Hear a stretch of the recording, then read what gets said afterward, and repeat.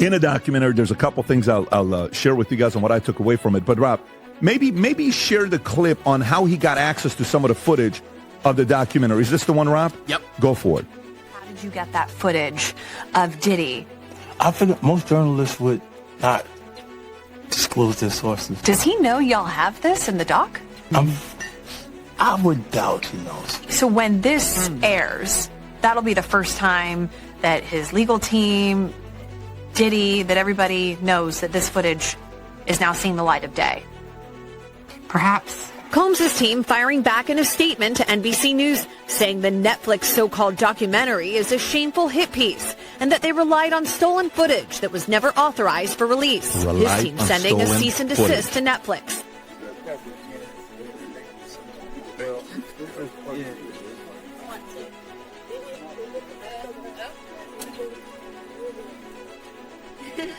Bishop Jakes was at a Diddy party. There could only be two reasons. In 50 Cent's new documentary, the silence speaks louder than any accusation. For years, names like Diddy and TD Jakes moved through separate worlds. Music, faith, influence, rarely questioned in the same breath. But when power operates across institutions, truth doesn't disappear, it waits. What remained hidden was not a single act, but a system that rewarded proximity, protected reputation, and taught everyone nearby that silence was safer than clarity. And when that silence finally cracks, the real question isn't what happened. It's how long it was allowed to continue. Pulled me to himself, wrapped his arms around me and tried to kiss me. And in that moment, I literally died. To many in the religious community, Bishop TD Jakes has been a spiritual advisor to presidents and a religious voice to thousands. Because, the Honorable Minister Louis Farrakhan has prepared us for his departure for many decades. And many people, if you wrongly idol worship someone, you could have a void. Real life.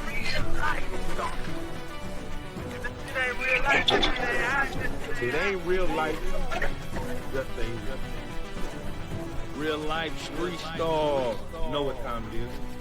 We just had a shake in not only the religious community, but our culture's community, to where Dallas, we have people like Kirk Franklin, Erykah Badu, of these names, and then you hear someone like Bishop Jakes, the Potter's House, that of course has risen Dallas to where you have these entities and these figures that, when you say the name, you kind of already know what it is. And we just recently seen that Bishop Jakes had stepped down. Now, I want to have this conversation because I have my own theories, no Diddy, but I have my own theories about why he would step down. But I do want to address the fact that he did step down. What is y'all take on it? And then also, where does it go from here? Dooney, if you don't mind, I can start with you because you actually have a personal relationship with Bishop Jakes. You've been calling him out for the past few years, damn near feel like a decade or so. You've been calling the man out, and now it seems like he didn't answer your phone call, and now he just stepped all the way down. Yeah. So I don't blame him. I wouldn't answer phone call. Bitch, don't start now. He asked me the question. I know. I wouldn't answer your call. Come on, go ahead though. Okay. Yeah, let me say this, man, to Bishop TD Jakes. You know what I'm saying? It was never any beef, anything like that. It was just some things that went on that I wanted to sit down and talk to you about that happened at the Mega Fest in Atlanta. And one of the ministers you had on staff, and because of where I came from, you know what I'm saying, it challenged my faith because of some things he did. So I just wanted to talk to you. I talked to Sean. Well, I didn't say no name, but your head security guard came to holler at me. And I sent the word out that I just wanted to speak with you. But your son came by. Shout out to my man, your son, Jermaine, he know what it is. And we talked and we discussed it. But I just want to say this to you, Bishop. You have shown a lot of thieves in Dallas. Ever since you came down, I had the honor of cutting your hair, meeting your First Lady, Jakes, Mama Jakes, Sarah, Cora. I just mentioned y'all named Jermaine, Jamar, Lil Dex. It was an honor meeting you all. And let me say to Mama Jakes, thank you for... In 50 Cent's documentary, a prominent pulpit figure steps aside, and timing becomes the story. TD Jakes has spent decades cultivating certainty, measured language, institutional reach, proximity to civic power. A public transfer of leadership, then, reads as more than routine succession. In an era where reputations can fracture overnight, withdrawal often signals anticipation rather than rest. When leadership changes align with a separate high-profile legal storm intensifying around Diddy, the public instinctively connects dots before facts are finalized. If succession can be both spiritual and strategic, how do we tell where faith ends and risk management begins? Her birthday is tomorrow. His wife's birthday is tomorrow. Happy birthday! Happy birthday! Well, happy to have you back on the platform, man. It's been a while, man. I haven't had you on the platform in a long time, man. Man, stop playing, man. I ain't never left, man. Shit. All I did was change clothes. So I want to get right into it, man. How you feel about these rumors surrounding, Diddy and TD Jakes? Man, what I think about it is this, when I grew up in the church, the sinners was not supposed to have the same atmosphere with the saints. You have to be able to separate the two. So I'm looking at him as a saint going to a party that ain't nothing but sin. Drinking, maybe fornication, man on man, woman on woman, he on she. But maybe he'd have to lay some hands on somebody. Maybe he'd have to save some souls.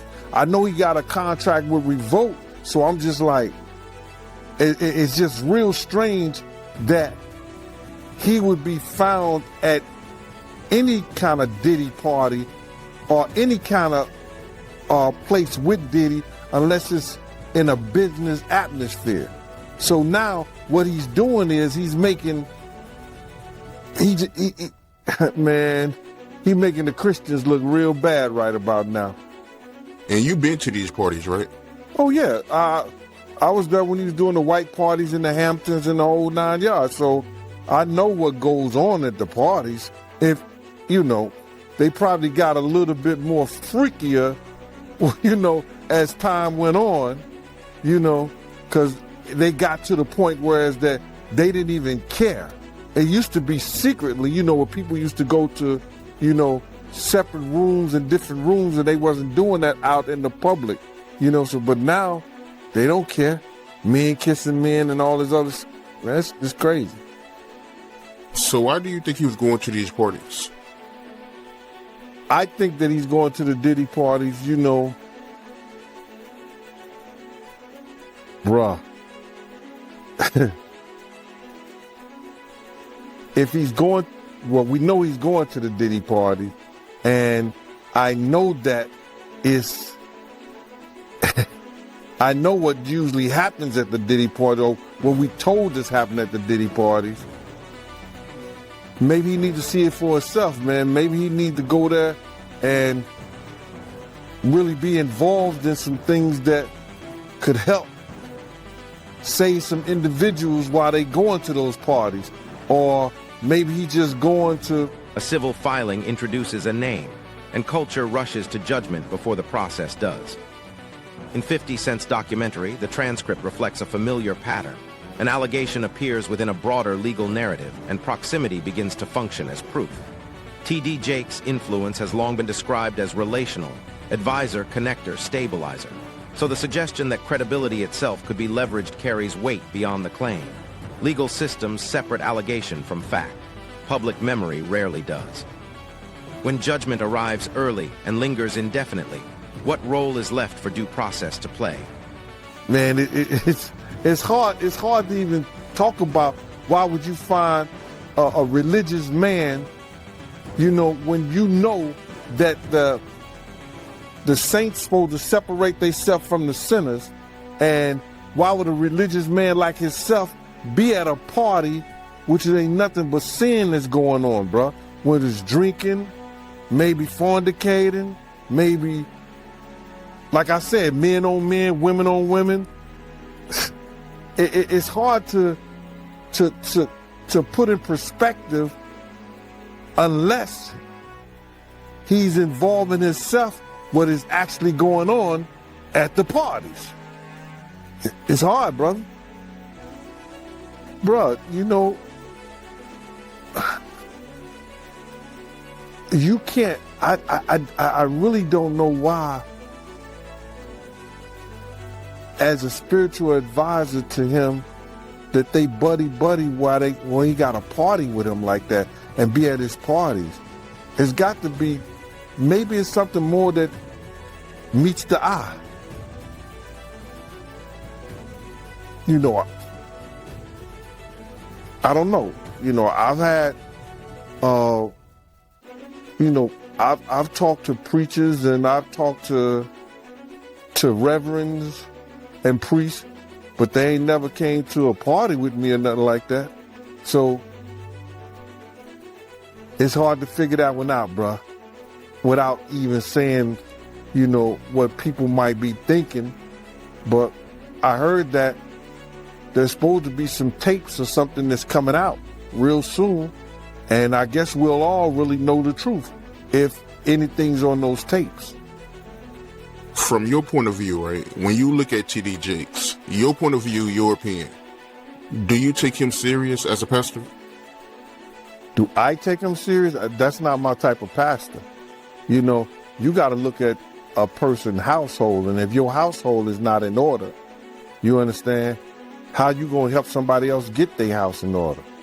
You know, one of his sons got arrested, you know, some years ago in Dallas, you know, allegedly for being found in a park where a bunch of people that are homosexuals hang out and indulge in sexual activity.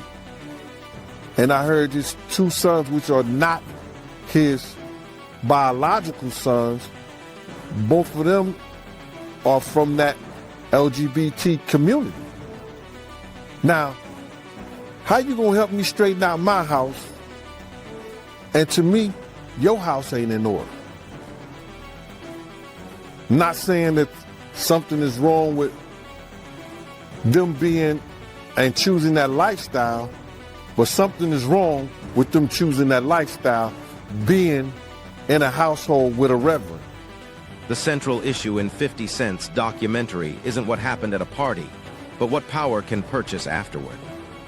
The transcript repeatedly returns to a quiet idea, that moral authority can soften scandal, that money and legitimacy can circulate together, and that the right association can delay consequence.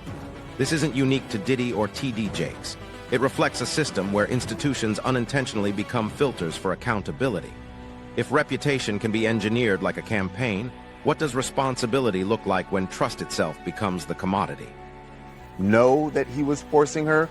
Obviously, the government is presenting this as Diddy coercing her to stay in this relationship, to continue doing these freak-offs, even though she has said she didn't want to. But how much of that did she share with Diddy? Did he know that he was coercing her into this? Because that's what the whole sex trafficking charge is going to come down to. So one of the text messages after a hotel night that they had together, remember, hotel nights is what Jane refers to it. Cassie called them freak-offs, but these are their parties with male escorts. So after this one, this was in August of 2022, she wrote to him, "That was so much fun, baby. My love for you is unconditional and for life." She's referring to that particular freak-off that they had had. And she also talks about Paul. Paul is the guy that yesterday she said that their nickname for him was Shaq. She was Kobe and Diddy was Jordan, and they were the trifecta.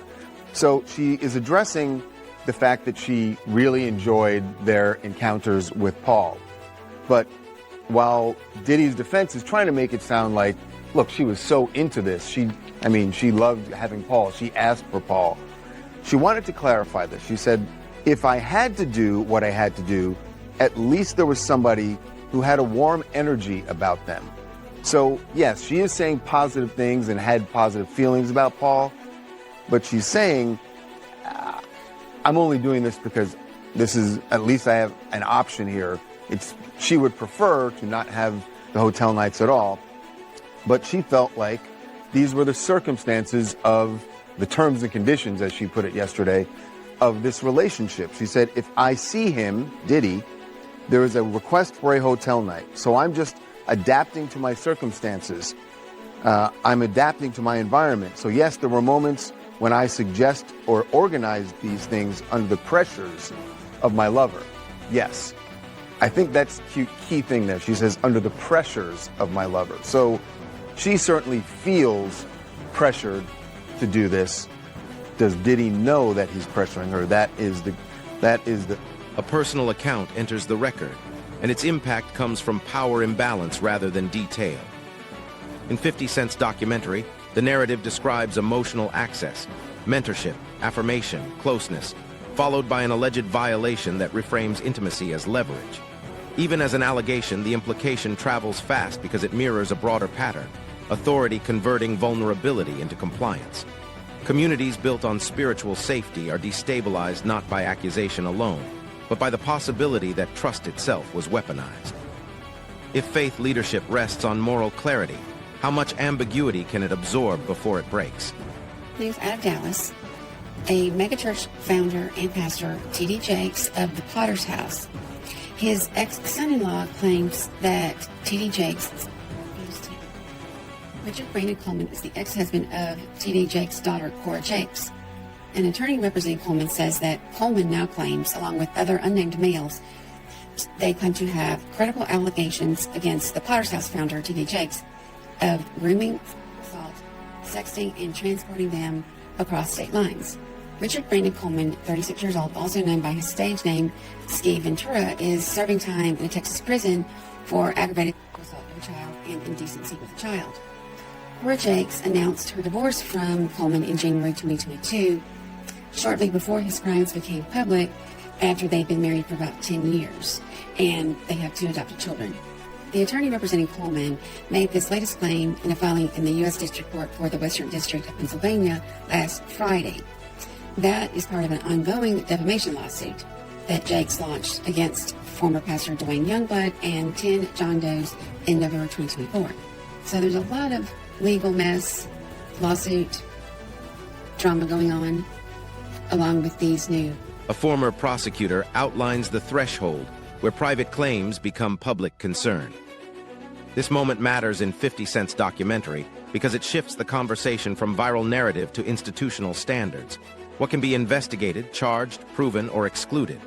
The transcript exposes a collision. Courts demand evidence while culture demands meaning. One moves slowly by design. The other accelerates without brakes. When legal truth and public belief operate on different clocks, which one ultimately defines the legacy of figures like Diddy? About to turn into like a whole nother scene, like a lost scene from Eyes Wide Shut. Like, this is looking a little weird. I mean, if Bishop Jakes was at a Diddy party, there could only be 2 reasons. Money or... Real life.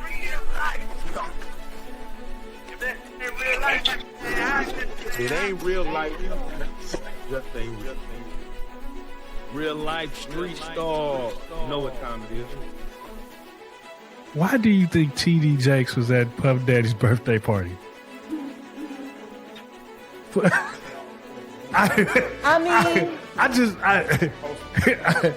You know,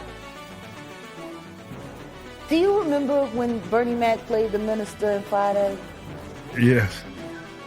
That's how I feel about TD Jakes. Like, that's how I see. Oh, Miss Parker, come to play. But for him to be at a Diddy party, I don't know. Like, I feel the same way about that as I feel about when Tyler Perry came to his church and laid hands on him and he caught the Holy Spirit from Tyler Perry. Tyler Perry is the bishop of what? Like, I've never, like, and I cut a check for 100, and I'm gonna lay my hands on your bishop, and he said, and then the bishop said, it's on the fucking internet. He's doing all of this, right? And then there's a woman on the dais screaming, push the baby out, birth that baby, push the. I'm like, are we at church? Or is this about to turn into like a whole nother scene, like a lost scene from Eyes Wide Shut? Like, this shit is looking a little weird. I mean, if Bishop Jakes was at a Diddy party, there could only be two reasons. Money. That's all that happens at Diddy parties. Money and... I hope it was for money. Charitable contribution. I hope it was for money, because arguing about who's going to put the strap on is... That can be a very uncomfortable situation. You know, we're going to pray on it, praise the Lord. You know? The recurring question raised in 50 Cent's documentary is not only moral, but structural. Why does spiritual authority appear inside spaces defined by celebrity power? These environments operate as influence hubs, rewarding access with relevance. When faith and entertainment intersect between figures like TD Jakes and Diddy, both sides gain legitimacy and both risk delusion. Proximity becomes currency. Silence becomes its maintenance cost. If influence depends on staying close, who is truly protected when nothing is said?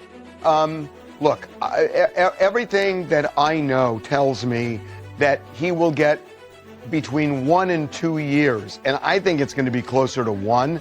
Prosecution is asking for 4. That's just not going to happen for a Mann Act violation. So if that's right, look, he wants to get the lowest he can get, and I think it's going to be between that 1 and 2 range. To get the 1, I think he's got to show the judge that he is taking his misdeed seriously. Right. And by the way, we know that even when the judge said that he was not going to let him out on bail pending sentencing, one of the things he mentioned was his violence. You know, we've seen his violence. So he knows that this is an issue for the judge. And the defense conceded it. Right. So that's something he definitely has to address. And that's what he's doing with this program. You know, Charles, he doesn't have to address it, but he is addressing it. And, you know, this might help him with regards to his sentence. Maybe the judge might sentence him to lesser time because he's working on himself. But Jamie, you know what the complication here is that he's been found not guilty on the charges that relate to drug use and domestic violence. That there was no conviction using force, fraud, or coercion in these 3 ways, and drugs. The Cassie video was off the table. The only thing he's been convicted of is taking a prostitute across state lines for the purpose of prostitution. But can't the judge consider all of the testimony in the that was presented at the trial? But the defense is going to say he was found not guilty on those things. So it's really kind of an interesting... There's that, but there's another side of this. And Jamie, you've been working on this story for 5 days now to lock this down. But what was there was one key word, one of the sources you spoke to. You remember what that word was? Yeah, redemption. Yeah, because that's the other part of this, that this is Diddy looking at my life after prison, because now that he knows he's not going to be locked away for decades, not going to be locked away for the rest of his life, he could get out this year. A lawyer withdraws, a firm steps back. In 50 Cent's documentary, these moments are framed as professional necessity, but culturally they read as forecasts. High-stakes cases involving Diddy trigger quiet recalculations. Alliances thin. Exposure is assessed. Distance becomes strategy. These exits aren't confessions, they're risk signals. When power networks reorganize only after danger becomes visible, how long was that danger considered acceptable beforehand? I don't know why they acting like they was in there looking for anything other than physical tape, because there was so many DNA samples in that house, they could have probably created a whole new race.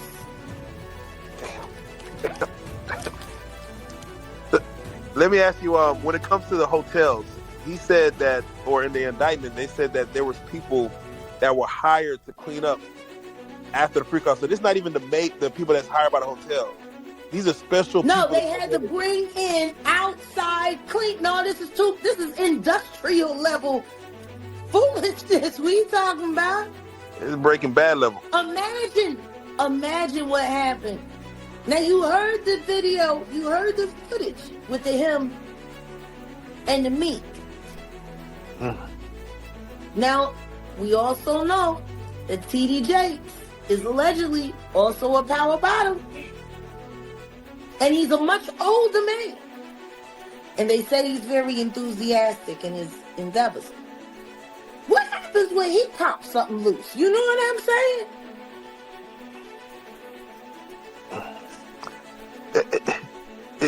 It's funny because they're mentioning sex, but they're not mentioning women. They're mentioning men as workers. Yeah. Like is that a thing where like there's a website? I mean, what? It's just wild to hear like you mentioned the You normal. never heard of Grindr? I personally have not. That is one. Why don't nobody ever talk about the fact that TD Jakes has an account allegedly on Grindr? Oh wow. Grindr it's been around for about 15 years now. It's pretty much where you can put a GPS in an asshole. So you go onto the app and it uses the location.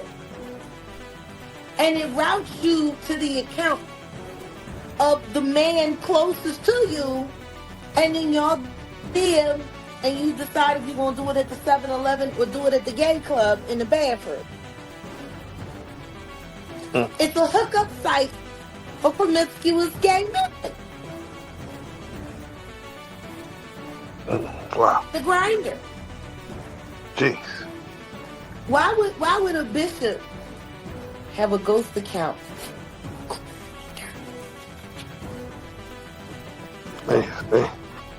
Yeah, let me ask you, also in the 14-page indictment. Brandon. Oh, not clips. Not clips. Brandon.